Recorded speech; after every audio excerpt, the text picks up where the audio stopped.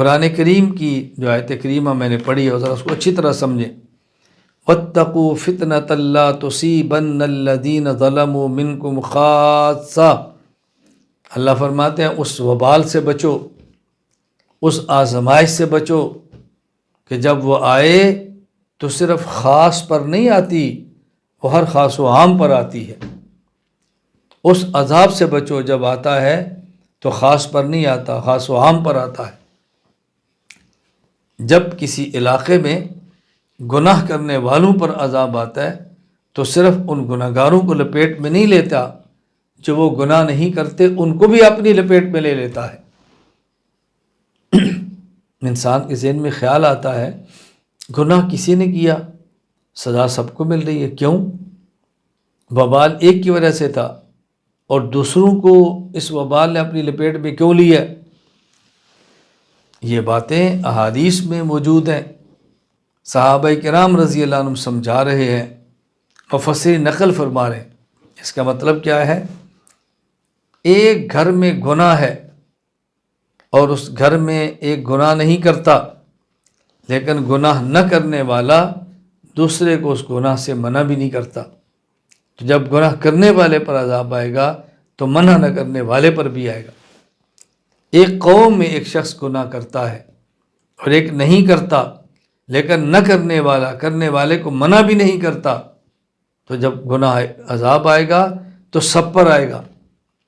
ایک محلے، ایک بستی، ایک شہر، ایک علاقے میں کچھ لوگ گناہ کر رہے ہیں، دوسرے اس گناہ کو برا ہی نہیں سمجھ رہے، ان کو سمجھا ہی نہیں رہے، ان کو منع ہی نہیں کر رہے، تو پھر یہ گناہ عذاب ان پر بھی آئے گا جنہوں نے گناہ کیا ہے اور ان پر بھی آئے گا جن نے نہیں کیا۔ ان کا جرم صرف یہ گناہ نہ کرنا نہیں ہے، ان کا جرم ان کو اس گناہ سے نہ روکنا ہے، ان کو نیکی کا حکم نہ دینا ہے۔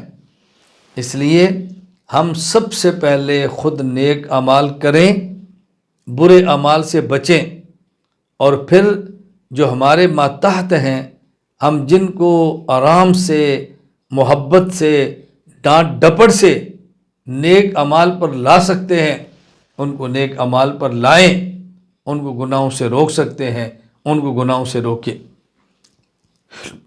ایک گھر کے سربراہ کی ذمہ داری ہے، ایک گھر کے سربراہ کی ذمہ داری ہے اپنے گھر میں رہنے والے افراد کا خیال کرے۔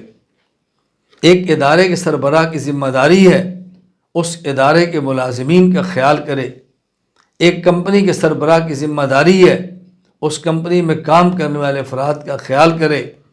ایک وڈیرے کی ذمہ داری ہے اپنے ماتحت لوگوں کا خیال کرے، ان کو نیکی کا حکم دے اور ان کو گناہ سے روکے۔ اور سربراہ کے لیے اپنے چھوٹوں کو نیکی پر لانا اور گناہ سے روکنا کسی حد تک آسان بھی ہوتا ہے، عام آدمی کے لیے مشکل ہوتا ہے، سربراہ کے لیے کسی حد تک آسان بھی ہوتا ہے۔ اس لیے ہم اس کا بہت زیادہ خیال کریں۔ وَاتَّقُوا فِتْنَةً لَا تُصِيبَنَّ الَّذِينَ ظَلَمُوا مِنْكُمْ خَاصَّةً، ایسے وبال سے بچو کہ جو گناہ کرنے والے پر بھی آتا ہے اور گناہ نہ کرنے والے پر بھی آتا ہے۔ گناہ نہ کرنے والے پر آنے کا معنی کہ وہ گناہ نہ کرنے والا گناہ کرنے والے کو روکتا نہیں ہے، تو نہ روکنے والے سے وبال ان کے اوپر بھی آ جاتا ہے۔ حضور اکرم صلی اللہ علیہ وسلم کی طرف سے حدیث مبارک پہ مثال موجود ہے۔ کچھ لوگ ایسے ہیں، ایک ایسے جہاز پہ سوار ہیں کہ اس جہاز کے دو منزلیں ہیں، کچھ لوگ اوپر کی منزل پر، کچھ لوگ نیچے والی منزل پر۔